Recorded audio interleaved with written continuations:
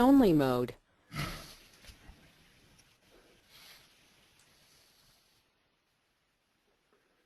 Hi everybody, and welcome to today's Biznology Digital Marketing Webinar. My name is Frank Reed. I'm one of the bloggers here at Biznology. I'm also the managing editor for the Marketing Pilgrim blog, and we're currently number 18 on the Ad Age Power 150. I also work with companies and individuals to provide education and training services regarding internet and social media marketing. But enough about me. Today you'll be hearing from Chris Abraham, another of our Biznology bloggers, who will present how to use Google Plus for business. So, but before we go, I would love to recognize our sponsors. Our first sponsor is Abraham Harrison, LLC, the true experts in online public relations. We have Brick Marketing, full-service SEO solutions company that increases website visitors. And finally, Marketing Pilgrim, the internet and social media marketing news blog. We cut through the bull so you don't have to. So as we wait for a few more attendees to join, let me review the format of our webinars here. Our Biznology webinars last just 30 minutes, so you can easily fit them into your busy schedule. We record each webinar, and we'll email you that link later this week. During Chris's presentation, you can use your GoToWebinar controls to ask a question. The orange arrow opens and closes your webinar controls. If you have a question, simply type it into the box labeled questions at any time during the event and press the send button. I'll select a few questions at the end of the webinar and pose them to Chris. All right, so while we're waiting for these last few attendees to join, I'd like to remind you that Biznology newsletter and blog are available for free at biznology.com. So if you're not already a subscriber, we hope that you'll sign up now. So thanks again for all of you for spending the next 30 minutes with us. We know how valuable your time is, so let's introduce today's speaker. Chris Abraham is a leading expert in online public relations with a focus on blogger outreach, blogger engagement, and internet reputation management. Chris was recently named one of the top 50 social media power influencers on Forbes and one of the top 10 social media influencers of 2011 by MarketWire. So if you've ever struggled with how to start using Google Plus for your business, this is the webinar for you. So Chris, take it away. Hey, thank you very much. I really appreciate that, Frank. The first thing I'm going to do is I'm going to put up a poll to see if we can find out how many people have already started exploring Google Plus. So please, would you please take the poll, and I'll give you the information right away after the poll is finished.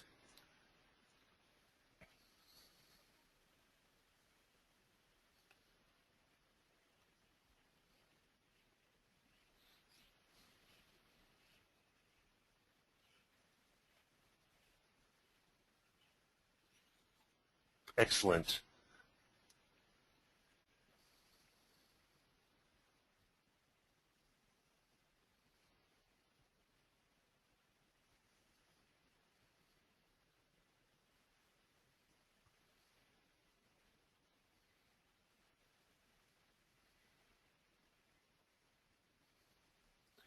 Well, excellent. Good to know. I just wanted to go ahead and tell you a little bit about Google Plus. Google Plus is the newest platform on Google, which is associated with Gmail and all the other properties, including search and so forth. But before we get into Google Plus business pages and talking about the business use, we have to, of course, create a Gmail account or a Google profile. So for those of you who have yet to create a Gmail account, I think it behooves you. Also, for those of you who already use Google Apps for yourself or for your company, you're now eligible to create a Google Plus account, and a Google Plus account is the first thing that's required in order to create a Google Plus brand page or business page. When setting up your new account, it's really important that you fill everything out. I know that most of you have heard about the recent issues of Google's privacy settings and so forth, and how all of the various and sundry platforms, including search and YouTube and everything, have been connected under your login, and all sorts of data is being tracked. In our space, which is marketing, that's a good thing, and it's a great opportunity here. So fight your desire to be sharing averse and share as much as you can, honestly and openly. Do you have a Gmail account? Please fill all of that information out. Have you populated your Google profile? The more information that you create, you need to go ahead and you need to try to add as much stuff as you can. So if you, like I said before, if you already have a Google Apps business account, that's great. You can use that. You can use your regular account.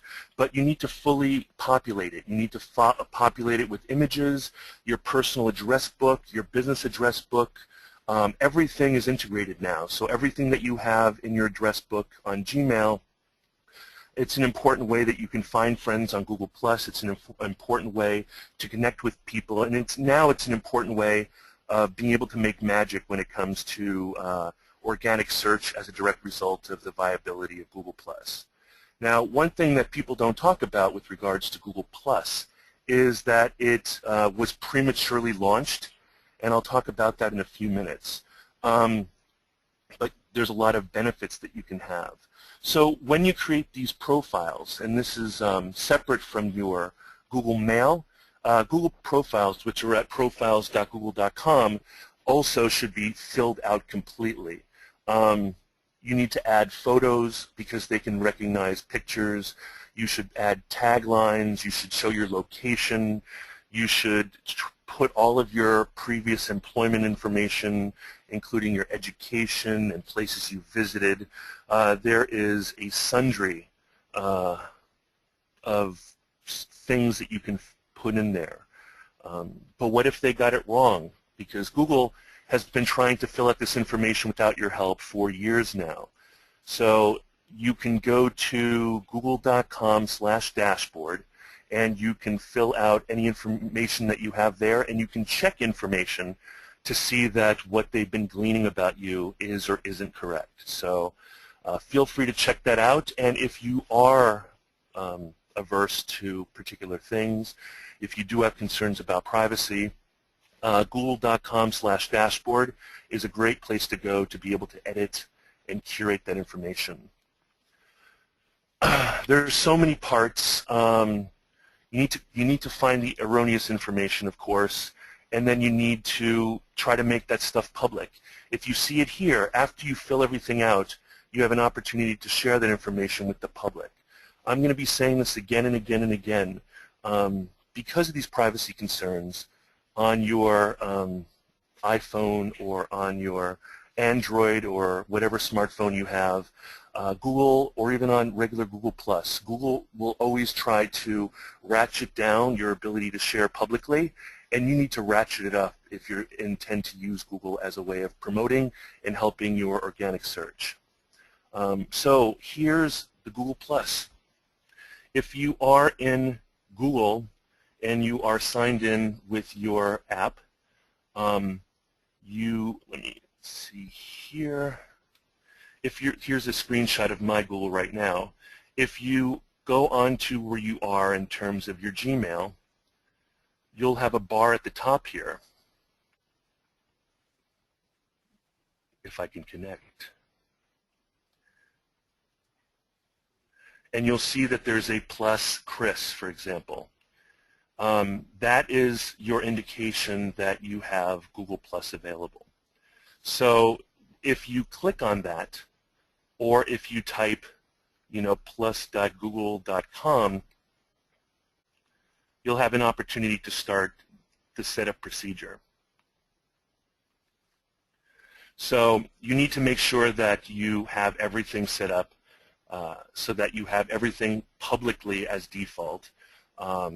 If you're going to do it for a business punch and for business sense, keeping things private within your circles is not going to benefit you in any way.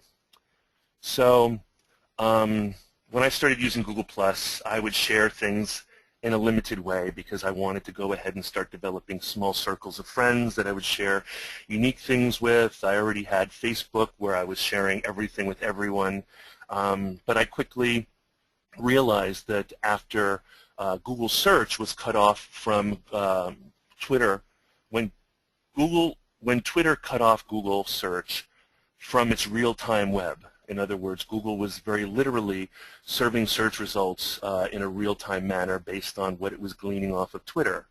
At some point, the marriage broke up, and Google did not have any fodder for its real-time web. It wants to deliver content as fast as things happen. So it was sort of stuck out in the rain, if you will, and very needed to quickly put something together and launch it immediately so it could have the kind of information that it wants in order to develop things that are useful in a minute-by-minute way. So it developed Google+, and when it first came out, it was very poorly integrated. It was sloppy. They launched the Google+ pages even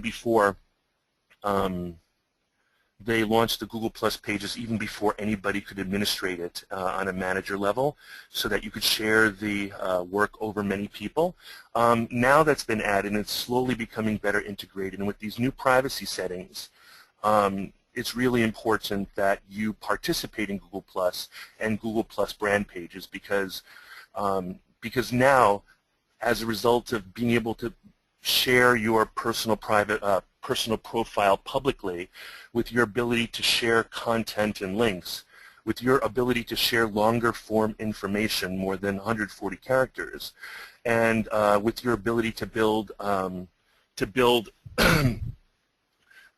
circles upwards of, way more than you could theoretically when you were just using Facebook. There's a real opportunity here to become not only influential amongst a platform, including your peers and your friends, to try to build brand recognition in your space, but it's also essential because Google+ directly feeds content onto their search and all connected search networks. So here is the Google+ account page. You can go there from plus.google.com/u/to/pages/create, or if you just go here, you can create your pages. I think it's right down here. Down here at the right side of your Google+ page, you'll see Google+ pages. Oops. And you can create a page right from here. So what I said here is that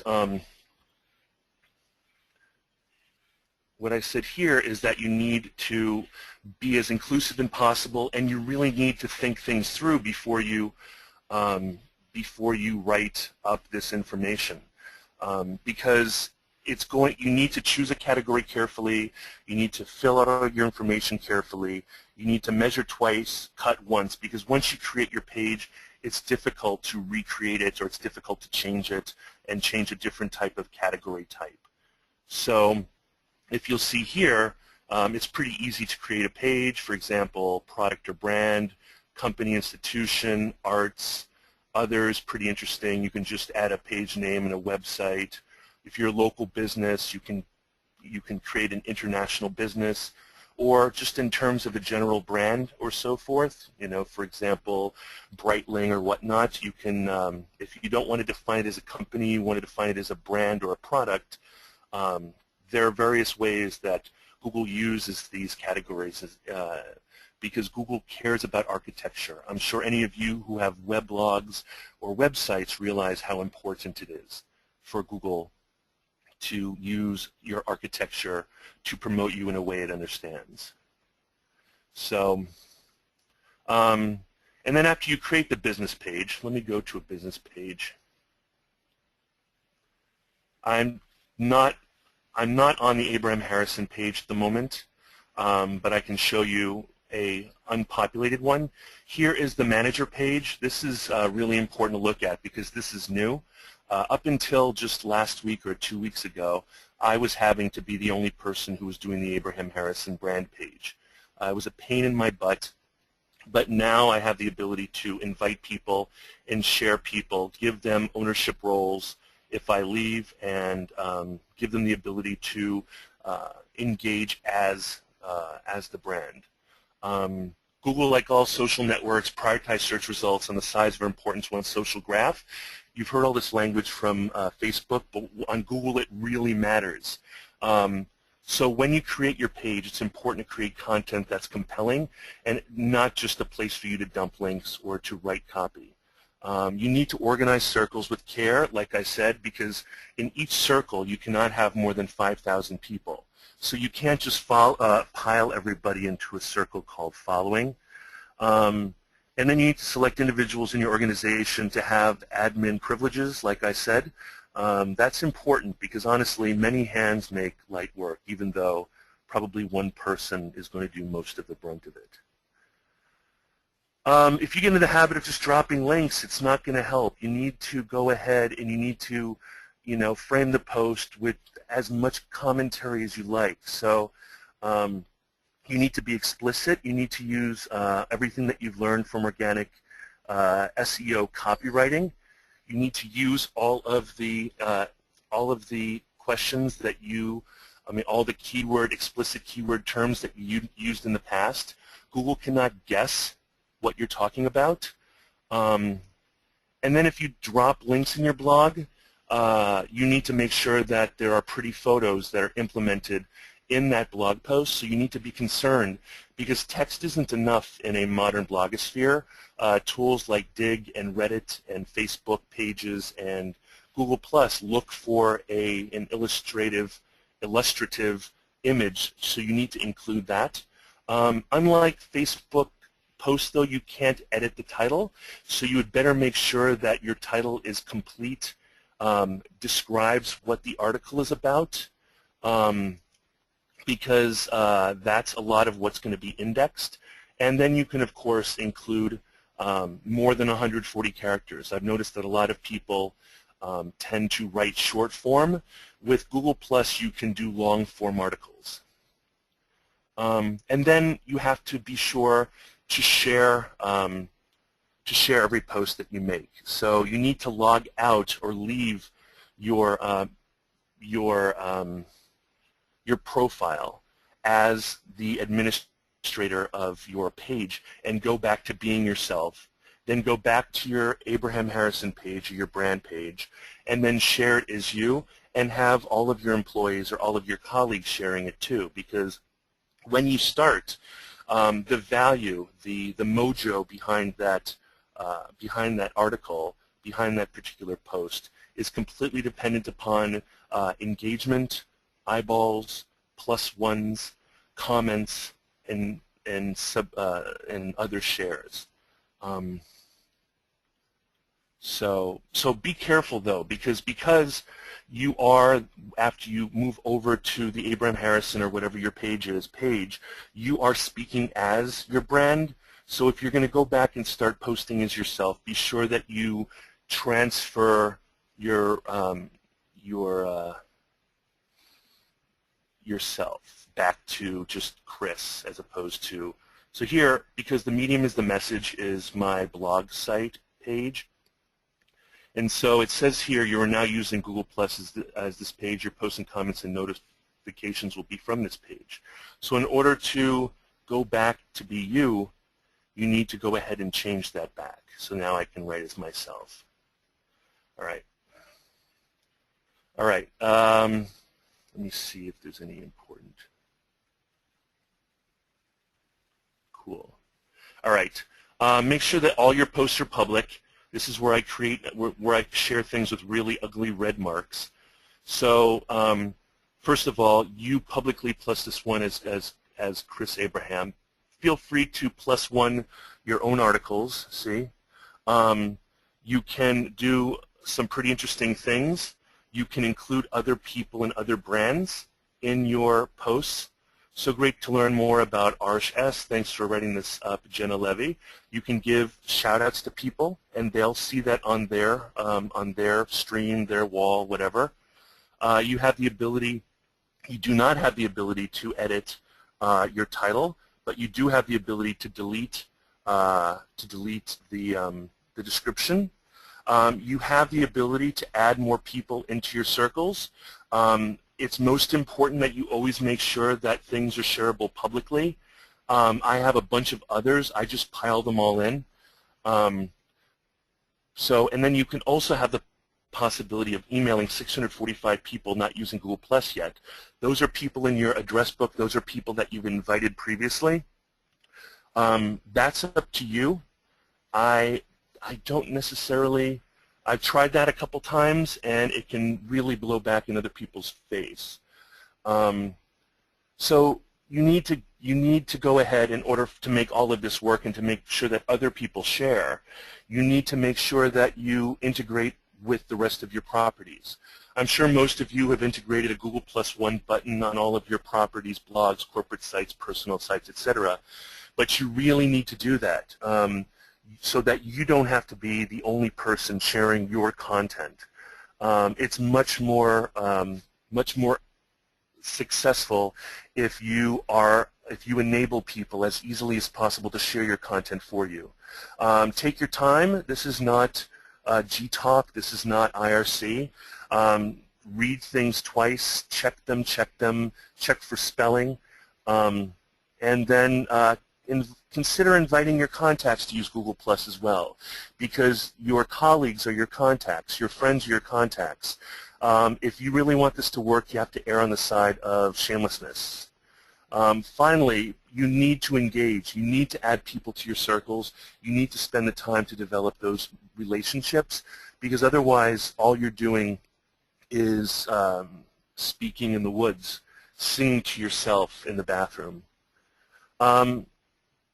Let me just do a couple more things before this is over. Let me show you what it's like to have circles. So here are my circles. I have been relatively lazy. Oops. I have been relatively lazy. I have been doing everything I have said not to. When I started out, I put everybody into the following thing. And that's the reason why I told you not to do it. See, I've got very small little friend circles here. This is important to make these connections. However, it's also important to remember that you have circles on your page as well. So you need to look up at these circles, and you need to make sure that you populate these circles. This is a pretty new page. For those of you who don't know, I've recently left Abraham Harrison, so I gave back all of my accessibility to them, gave them back the keys, but I wanted to continue for the sake of the webinar to go forward with a very well-branded, well-organized deck. So what you need to do is you need to make sure that everybody who's following you, you follow back. You need to increase the power and depth of your connections, and you need to also take some care in not being flip about the circles that you create. Now, part of all of this, which is the really important part, is that all of this put together is going to benefit you in so many ways on Google Organic Search, in addition to simply benefiting you in terms of harvesting souls and prospecting new followers on Google+. The reason why, and this is very important, is that everything's integrated now. And even though your content is going to be put at the top of search in general as it's timely, as it's happening, now as part of their real-time web or their real-time search, it's also going to, there's this magic thing that happens when you are tacitly connected to other people through your address book, through your followers and being followed on Google+. You are also going to connect to them through their search. So Google is always going to serve up content as long as that person is, or controversially isn't, logged into Google search.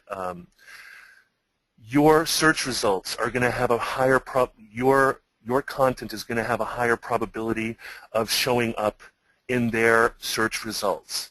I personally like single-speed bikes, and I've written all these blog posts about single-speed bikes. And my friends like single-speed bikes too, and this is way before Google+.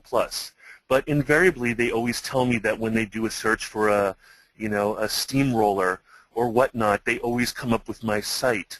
My blog isn't necessarily the most influential thing in the world, but everybody thinks it is because everybody that I know closely is in my address book on Google. They're using Google to search, and then they're finding me. So Google's only job is to try to deliver results that either give you what you need or make you convinced that Google is magic. And by serving up the contents of people in your extended circles, in all of your circles, who you deal with on a daily basis, even on a very tacit level, even people who follow you, they're going to start seeing magically, it's a kind of a organic search results targeting, or retargeting, if you will. No matter where anybody goes, they're going to find me if they're connected to me with me anywhere in the Google universe. I'm on YouTube. I'm on all the other spaces. So that's one of the magical things about really committing to this. But your content has to be good, because if the content's not good and if you don't take some time and all you do is link drop, hoping that you'll get the benefit, you are not going to get the added benefit of the feedback, of the plus ones, of the resharings, or of the commenting, which we know from Facebook is essential. Anyway, any questions? And I hope I addressed everything. And if you have questions or want me to do some live Google Plus page, I will. However, I feel under the gun because we only have half an hour. We can go a little bit long, but please apologize my quick talk, my quick speaking. Any questions? Well, no problem, Chris. First, before we get to questions, I just want to, address a couple of quick things. I'll just take a second. I'm sure our attendees now have a much stronger idea of how to use Google+. We have a few questions, which is great. If anybody else would like to add a question, just it's not too late. You can go by typing in the question box and you go to webinar controls. Before we get to that, though, I'd like to thank our sponsors again, which is Abraham Harrison LLC, the true experts in online public relations, Brick Marketing, full-service SEO solutions company that increases website visitors, and Marketing Pilgrim, the internet and social media marketing news blog. Now, on to a couple of questions. We have a few minutes, and we may run over, and love to have people stick around. You're more than welcome to. First, we have a question that came in. How do you use Google Plus if you've already put all your efforts into Twitter, or even if it's something else that how do you manage that? Excellent question. You don't need to choose. I recommend, because everything is so integrated and everything is related, and because Google search does get secondary content about Twitter, it's important, that you try to keep up with as many platforms as you can. You've put the time and energy. It's a continuum. In the same way that you would keep up your newsletter, your email newsletter, even though it might be a little long in the tooth, there's still value in it. But secondly, there's a high value in cross-pollination. You can take some of that energy, some of that gravity, some of that gravitas and reputation, and you can message people and invite them and share with them and encourage them to join your Google Plus page. It's always important, if you have a private Google Plus, if you have a private Facebook, if you have the value of your entire company, to always try to cross-pollinate and bring people. Here's the thing. You need always to communicate people where they already live. If they live on Twitter already, they're not going to move to Google+. But if they sometimes live on Twitter but actually live in Google+, you are benefiting them by bringing them into Google+, and giving them, access to your content where they live. Does that answer your question? Yeah, fantastic. I've got another one, in fact, and we're talking, obviously about social media, and the 800-pound gorilla in that room is always Facebook. I have a question regarding timelines are coming to Facebook business pages by the end of the month, and a couple of people are asking about, do you see Google Plus as a competitor, or is this in this environment, or is this something that's completely different? Is it going to play somewhere else? What's your view on that?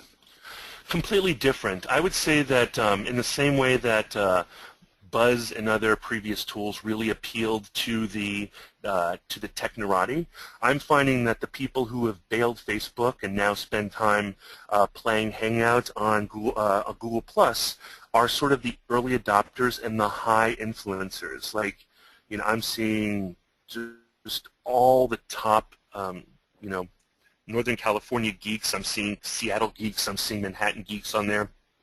Some really important people are paying attention, are relaxed. It's not a highly competitive environment on Google+, and that can really be your benefit. But I see them as two distinct places, and I also see that since Facebook has a relationship with Bing and Microsoft, I believe that the real value of Plus is really with regards to influencing Google's very popular platform and influencing Google search. You know, don't be afraid of cross-posting stuff. Don't be afraid of you know, putting on your page the same content. You know, don't.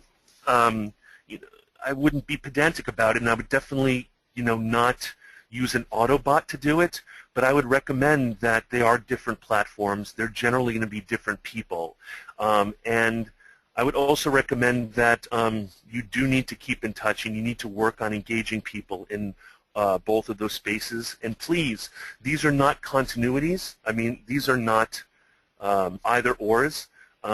Look at Pinterest, look at everything, but realize that even message boards and forums, and even, you know, old things that we have given up on, like MySpace and not so much Friendster, but Dig and all these other things are still important places where thousands and thousands of people live. So do not choose one over the other. They're different enough. Great. Well, thanks, Chris. Really appreciate it. And we're a little bit past 11:30, and I think what we're going to do is, as we always do, we honor everybody's commitment of just 30 minutes. But you know, we're going to wrap up today. I want to first thank Chris for all his great ideas, and thanks especially to our audience for your participation and your questions. If any of you had questions that we did not have time to answer, you can email your question to Eileen. It's EILEEN at MikeMoranGroup.com, and she'll be sure to get them to Chris for an answer. Later this week, we'll send you a link with the recording of the webinar so you can listen again, and please share with others and share it on Google+. We appreciate that. We also invite you to mark your calendars for our next Biznology webinar, which is Global Search Marketing, and that is scheduled for 11 a.m. Eastern on April 3rd. So thank you very much, everybody. Thank you, Chris, for your great information, and thank you for everyone visiting. And we look forward to seeing you again in April. Take care. Thank you.